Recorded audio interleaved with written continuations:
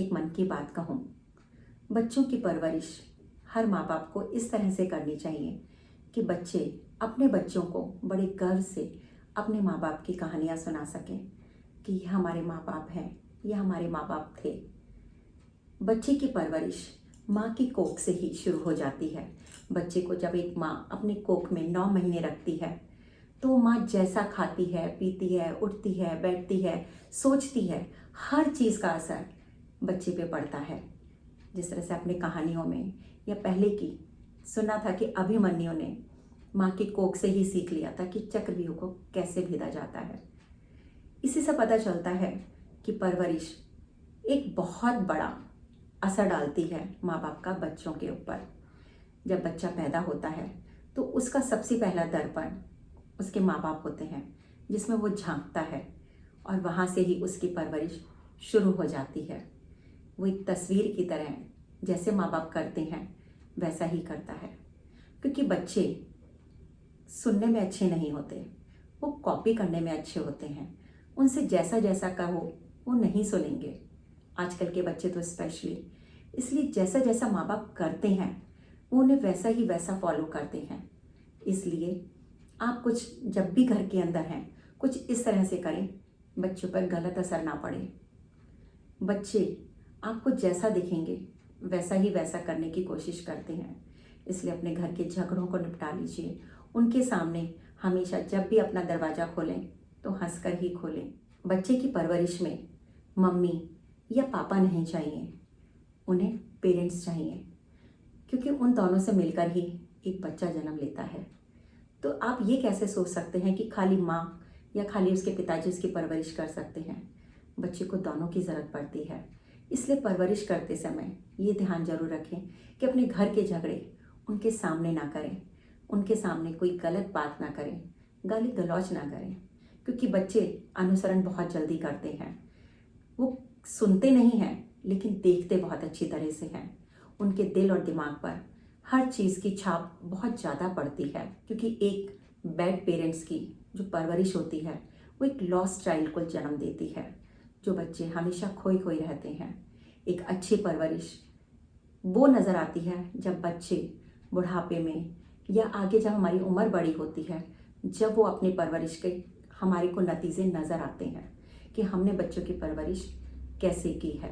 एक अच्छी परवरिश वाला बच्चा जब समाज में आता है तो good human being, reliable, stable और डिसिप्लिन उसकी लाइफ में रहता है, केयर करने वाला होता है, लवेबल होता है और सबसे ज़्यादा ज़िंदगी के अंदर सक्सेसफुल होता है। लेकिन जिन बच्चों की परवरिश अच्छे से नहीं होती है वो मेंटली सिक हो जाते हैं, लॉस्ट चाइल्ड की तरह सामने आते हैं, थोड़े रिजिड हो जाते हैं, किसी बात पे ही एग्रेसिव हो जाते हैं, उन्हें बात बात पे गुस्सा आता है, उनकी डिसीज़न लेने की पावर बहुत कम हो जाती है, वो अकेले रहना ज़्यादा पसंद करते हैं और समाज में एक फेलियर बच्चों की तरह सामने निकल कर आते हैं। बच्चों की परवरिश अच्छी और बुरी ये दोनों ही बच्चों पे इम्पैक्ट डालती हैं। तो कोशिश हमारी यही रहनी चाहिए कि हम जैसे खुद बनना चाहते हैं हम बच्चों के सामने ऐसा ही कुछ करें कि बच्चे अच्छा अच्छा ही हमारे को फॉलो करें, अनुसरण करें।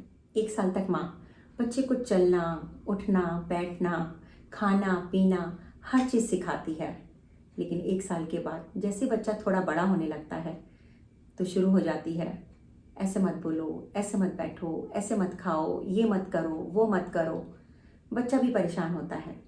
लेकिन आपको ये बात ज़रूर ध्यान रखनी चाहिए कि बच्चे को क्या करना है ये मत सिखाइए, बच्चे को ये सिखाइए कि कैसे करना है। आप जिस तरह से खाएंगे खाना, आप चम्मच से खाएंगे बच्चा वैसे ही करेगा, आप फॉर्क से खाएंगे बच्चा वैसे ही खाना सीखेगा।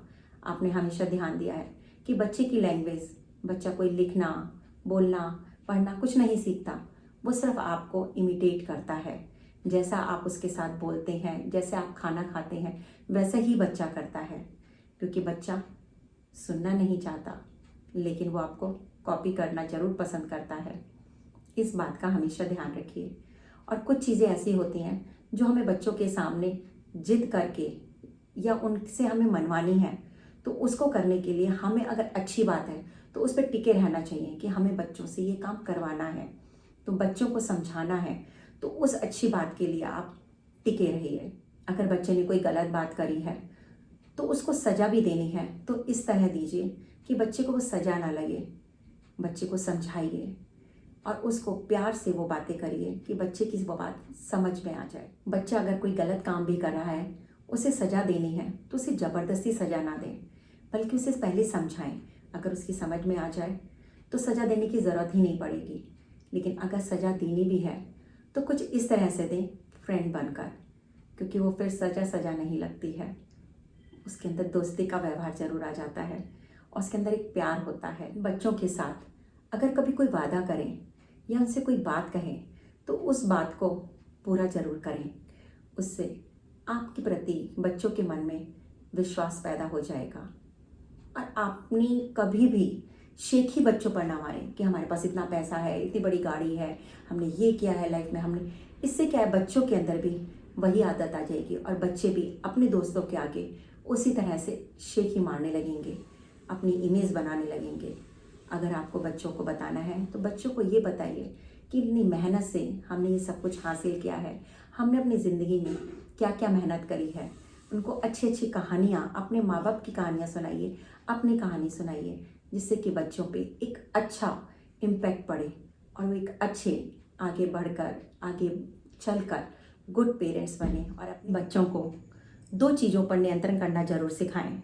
अगर आमदनी सही नहीं है तो खर्चों पर नियंत्रण रखें, और अगर किसी चीज़ की पूरी जानकारी नहीं है तो अपने शब्दों पर नियंत्रण रखें। धन्यवाद। खुश रहें, स्वस्थ रहें और हमेशा अपना ख्याल रखें।